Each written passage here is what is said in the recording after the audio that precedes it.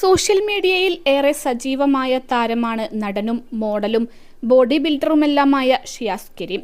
Big ബോസിൽ എത്തിയപ്പോൾ മുതലാണ് ഷിയാസിനെ പ്രേക്ഷകർ അടുത്തറിഞ്ഞത്. സ്റ്റാർ മാജിക്കിലെ സ്ഥിരം താരങ്ങളിൽ ഒരാളുമാണ്.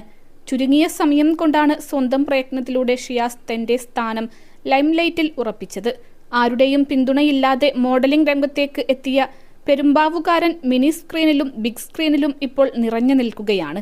ബിഗ് ബോസിന് ശേഷം ഒട്ടനവധി ആരാധകരും ഷിയാസിനുണ്ട്. അതേസമയം കുറച്ച് നാളുകൾക്ക് മുൻപ് ഷിയാസ് ഒരു വിവാദത്തിൽ കുടുങ്ങിയിരുന്നു. വിവാഹ വാഗ്ദാനം നൽകി പീഡിപ്പിച്ചുവെന്ന കേസ് ഒരു സ്ത്രീ നൽകിയതാണ് വിവാദത്തിന് കാരണമായത്.